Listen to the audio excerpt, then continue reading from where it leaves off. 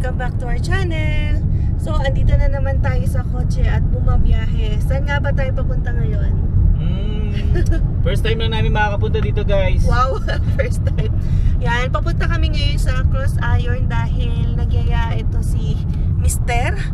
Dahil nahihinip daw siya sa bahay. Gusto ko lang yung may nakikita. Alam niyo na, window shopping lang tayo. Hindi tayo bibili. Ano lang tayo. So, sabi ko, ayaw mo mag-DoorDash ngayon? Yan, sabi niya, pahinga muna. Kami naman, guys, sa pagdo-DoorDash, hindi kami fixed or hindi kami obligated kung kailan lang matripan, sipagin. So, ngayon, since wala siya sa mood, yan, pupunta tayo ng mall at magmumalling tayo, Cross Iron, para rin matanggal ang kanyang stress. At syempre, ito nanggaling siya sa sick leave, diba, last time.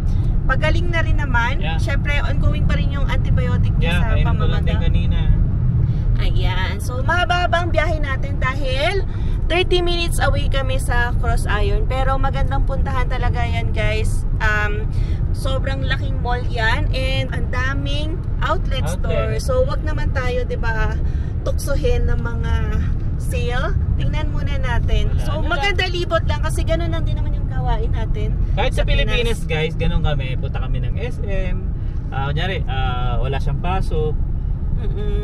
Pag Sabado, ganyan, Sabado-Linggo, punta kami SM, tapos lakad-lakad lang kami, kain lang ng inasal or yan, favorite ko yan, namimiss ko na. Feel ko, pag umuwi ako ng Pinas yan, isa yan sa una kong kakainin. Mga inasal, favorite ko yan, pati mga chili oil, yung chicken oil yan. Alala mo, baby, nung bago tayo pumunta rito sa Canada, guys, ang huling-huli naming kinain, inasal. Talagang sabi namin, hindi na natin masyadong makakain to dito. Sabi nyo sa Canada, ano na tayo, kainin na natin to. Naalala mo yan, doon sa may SM North? Oo, yun, oo. Doon pa yung location nun eh. Dito naman kasi yung Jollibee meron, McDo meron. So, focus tayo sa mga inasal at Pinoy na Pinoy ang flavor niyan. Alright. So, bago lumubog ang ating araw dito, so, meron tayong sasagutin nga palang katanungan galing sa... Ano naman yung tanong na yan?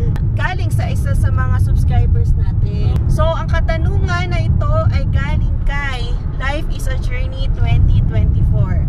Ang tanong niya, hello po Ate Emma and Kuya Alwin. Can you discuss po kung ano ang mga laws, kung paano ang pagdidisiplina naman sa mga anak in Canada? Ayan, sabi ko magre-research muna ako. Although, nabasa ko na siya somehow in one of our subjects sa mga criminal law, ganyan. Pero bago natin sagutin yan at bago natin i-discuss yan, tanungin ko muna pala to. Yan, sa kabataan mo ba, Alvin, yan, napalo ka na ba ng mga magulang mo? Kasi tinatanong kung paano ba magdisiplina dito sa Canada. Siyempre, bilang mga tao o nanggaling tayo sa Pilipinas, di ba, iba yung pamumuhay at pamamalakad dun sa mga bata. Ikaw ba? Kamusta? Ikaw nung kabataan, napalo ka ba?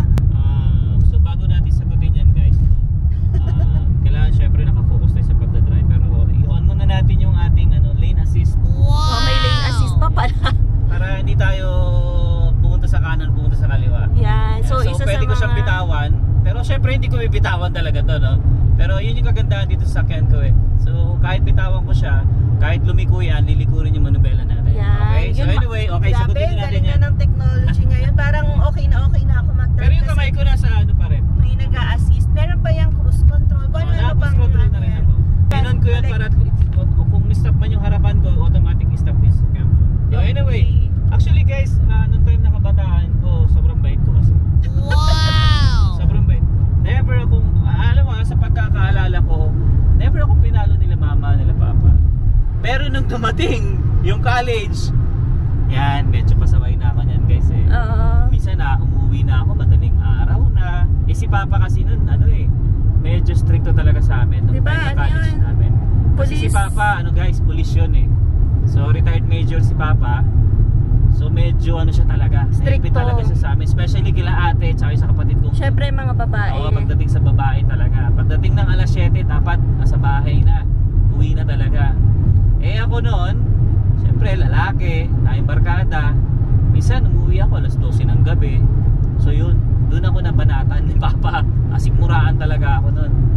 Eh naiintindihan ko naman yun, hindi naman ako nagtanim ng galit noon. Pero syempre, nung time na yun, tampo talaga ako. Kasi pero nagpapaalam naman ako noon. Pero kay Papa talaga kasi pag aral-aral talaga. Ayaw niya talaga ng mga kung ano-anong mga gala-gala, mga ganyan. So yun. Nung college na ako na. Pero 'di ba aside sa nasikmuraan ka, wala namang palo na latigo, wala chinelas. Wala naman. Yung ginanon ako ni Papa sa chat sa sikmura. Yun. Pinitik niya ako, yun lang. Swerte mo naman, yun lang naranasan mo. Oo, yun totoo, yun lang. Yan. Yun lang yung naalala ko pagkakaalala ko talaga. Yan. So ako naman guys, ito, kakaiba yung kabataan ko. So siya, kung hindi siya na palo masyado nung kabataan niya, fresh na fresh sa aking mind. Hindi, pasaway ka kasi na, di ba nakwento mo sa akin, pasaway ka talaga. Hindi naman, basta naalala ko, napapalo ko ng tsinelas, ng ruler, ng patpat, ni mami, ni daddy, pati ng lolo't lola ko. Yung sa lola ko na mahilig yan mamalong pamaypay. Yan, uwi ka na.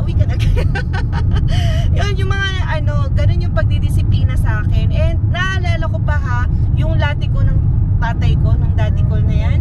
Nagmamarka talaga. Pero syempre, gano'n talaga yung ating kultura sa Pinas. So hindi lang naman ako yung napalo ng hanger, ng mga latigo. Ganyan. Nagmamarka talaga. Wala namang pulis-pulis dyan sa Pinas. So yun yung mga naranasan ko nung kabataan ko. Medyo marami-rami tayong palo. Yan para madisiplina. Hindi ko naman maalala kung pasaway ako. Pasaway siguro. Hindi, bata talaga. Mga 5 years old, 7 years old. Naglalaro sa kapitbahay. O kung ano man. Basta alam ko talaga na papalo ako. Yan. Kaya pag minsan pasaway, ganyan, latigo. Pagtatagalin daddy belt o palo. Pero yan, ang tanong, gagawin pa natin sa anak natin yan. Ako yung nakaranas. Ewan ko si Alvin kasi wala yung talagang ipapasa kasi hindi naman niya nadanas yun. Pero since dito na tayo nag-start din sa Canada, yan, nagtatanong kami kung papaluin ba namin si Zion pag naging pasaway. Oo naman. Oh no. Papaluin daw. Pwedeng hindi. Anong papaluin? Pero alam mo ba kung kung allowed yan dito sa Canada? Syempre, dapat alam mo yung rules kasi hindi pwedeng palo ka lang ng palo mamaya mapa 911 ka. Yeah, totoo. So yan, meron akong na-research. Kailangan ko lang ng ating cellphone para guided tayo sa ating sasabihin. Hindi, pero ito na lang. Ito, syempre, para sa akin, depende kasi yun guys, no? Although, alam ko may rules dito na ganyan, na bawal talaga yung pinapalo. Pero kasi alam nyo naman tayo mga Pilipino guys, no?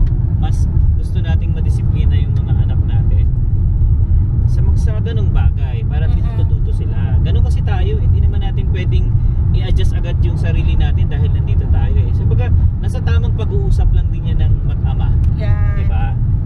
Yan. Si Zion naman mabait guys, hindi namin napapalo. Yan, walang naipalong latigo dyan, hanger. So far parang napapalo sa ano mo lang, puwet, ganun lang. Ganun napapalo sa kamay. Pag babatuhin niya ng toy car yung TV.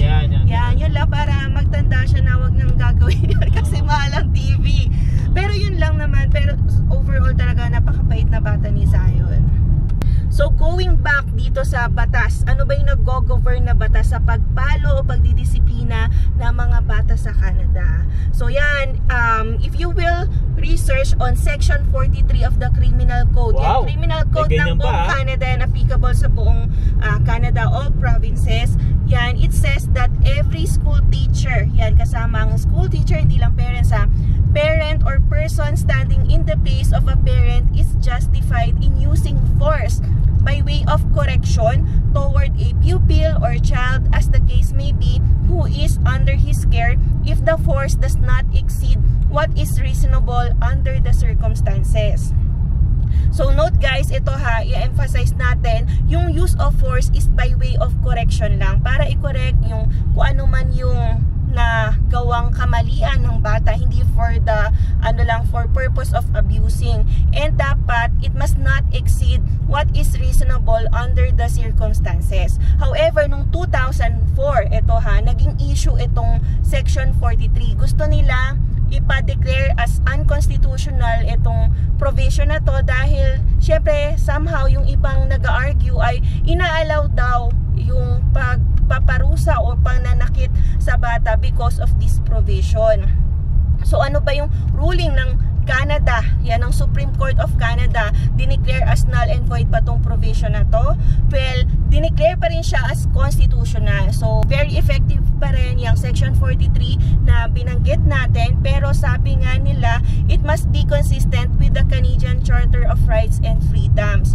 So, in the case provided sa Canadian Foundation for Children, Youth, and the Law versus Canada, Attorney General, so Supreme Court of Canada found that Section 43 was constitutional but significantly narrowed its application to the use of minor force.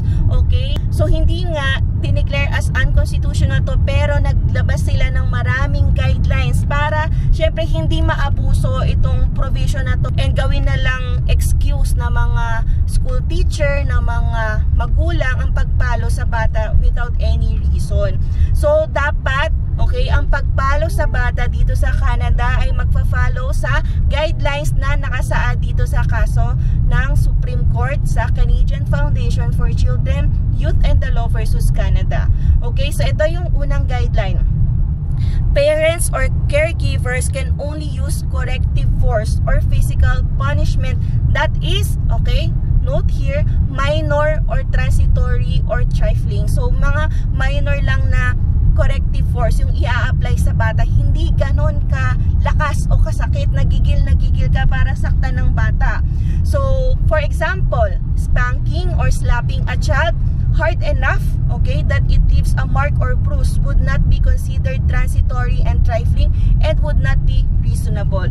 So, ang sabi dito, kung papaluin man natin ang ating mga anak, dapat ano lang, light lang or minor para pang-correct ng mga kamalian ng bata. So, kung yung spanking natin or pagpalo ay umabot na sa point na bumakat na, nagpasa na, so hindi na siya considered as transitory and trifling or minor na pamamalo. So, it would not be reasonable na and pwede na kayong makasuhan under child abuse kapag sumobra na ang inyong pamamalo.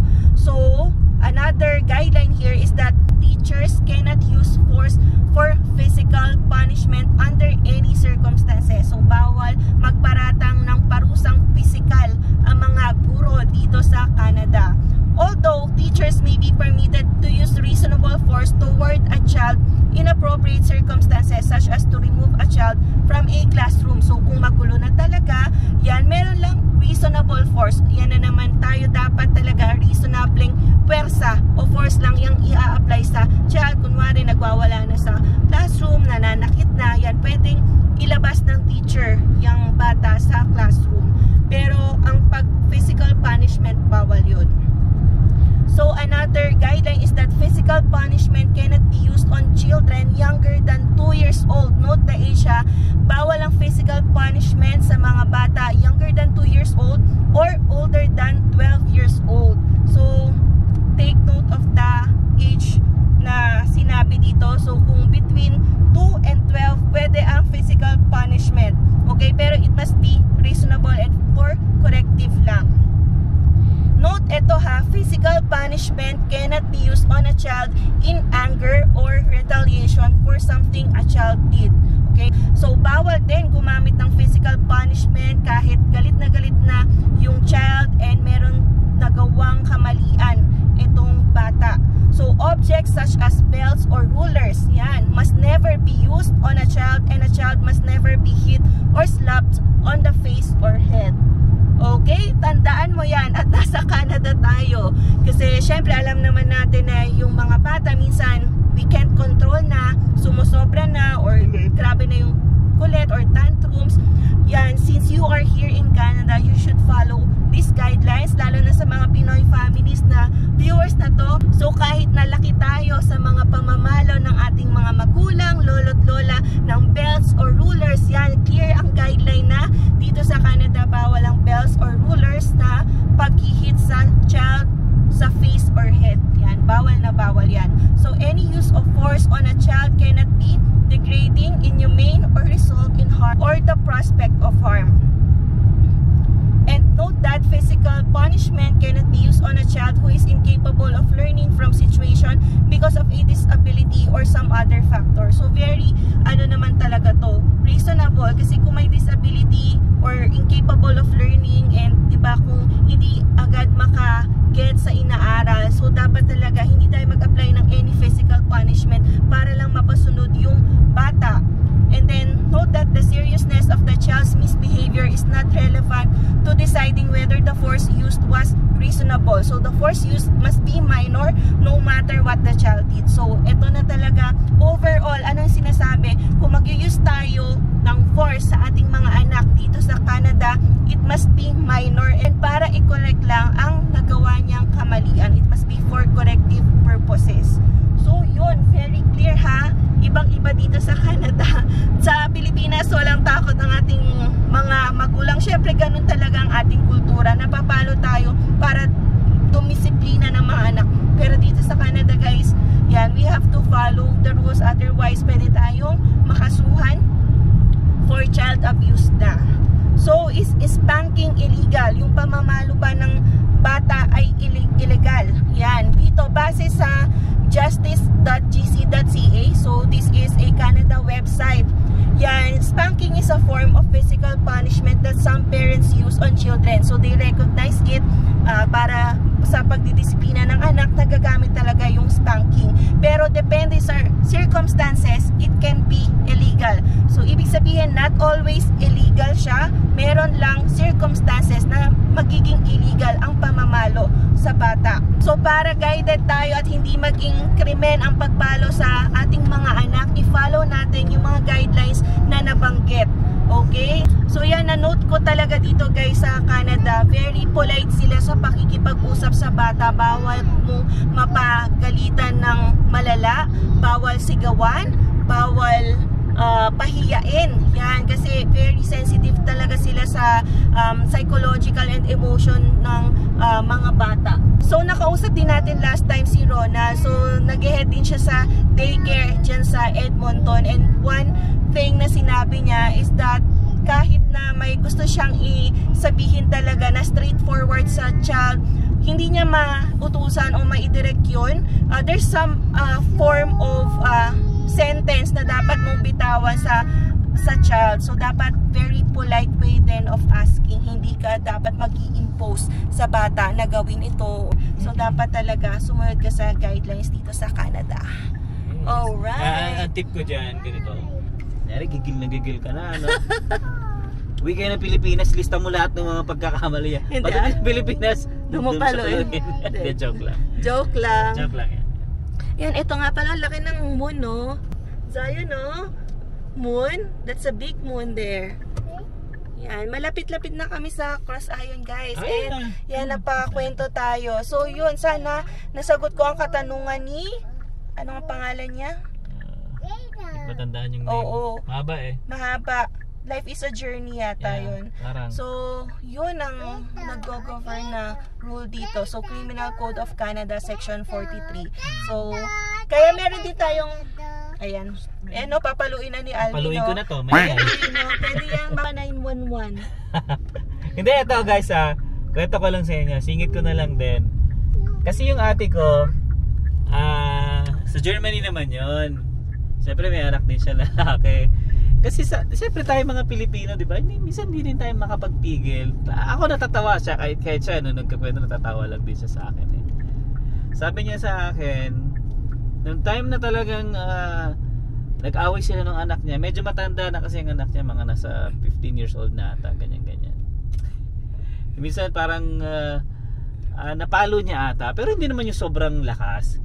Sabi niya agad sa anak niya, sige, subukan mong sumbong sa pulis. Sabi niya, wala mag-aalaga sa'yo, wala magpapakain sa'yo. Wala kang mama. Wala kang mama. O di yung bata, ano siya, chill lang din, ganun. Natawa lang din daw sila mag-ina. Sabi ni ate. Oo. Although yun, alam ng bata na may right siya magsumbong. Pero nasa atin yan. Kapag nasobra ng magulang. Nasa atin yan guys. Pagpapalaki natin ng anak yan. Kahit kung nasaan ka mang lugar, di ba? Yan. Kahit nasang bansa. Yan. So yun, dito na tayo. Ayan, I hope na nag-enjoy kayo sa vlog namin during aming pagbabiyahe. Yan. So ngayon ay mag-e-enjoy naman muna kami. And hindi naman na mapapalo to si Zion. Ay, tignan lang natin. Tignan lang natin. Yan. So kayo ba, paano nyo ba disiplinahan yung mga anak nyo? Yan, lalo na ito terrible to na si Zion. Grabe, kapag tinatanggal na namin sa stroller, ay naku, ang hirap naming maghabol. Tapos minsan, ka rin, alert ka dapat kasi minsan baka makabasag siya kapag nagpapasok sa mga ibang stalls. Yan, dapat alert ka rin. And since ito, nag-day home naman siya last time, pero ilang months na rin na hindi, syempre walang interaction sa mga bata kapag may birthday lang. Minsan kapag may hawak siyang toy, ayaw niya i-share. So sasabihin ko, share the toy, Zion. Magno-no yan. So dapat talaga yung mga ganyang sitwasyon, madisiplina natin, ma-instill natin sa kanila na it's good to share yung mga toy sa mga other kids. Yan. Yeah, diba Zion? Nagyaya siya. He agrees. Diba? Right, Zion? Yeah. Okay, very good. niya So yun, hanap muna kami ng parking guys. Ito ay feel ko puno kasi Friday, no? Yan o. Okay lang, umaga pa naman. Maaga Hanggang pa 9 naman to eh. Yan. So mag-igot-igot lang naman tayo dito. Wala naman tayong 6 pa lang naman. gagawin talaga. Yan. A, B, C, D, E, F, G, H, I, J, K, L, M, N, O, P, Q, R, S, T, U, V, W, X, Y, and Z. Now I know my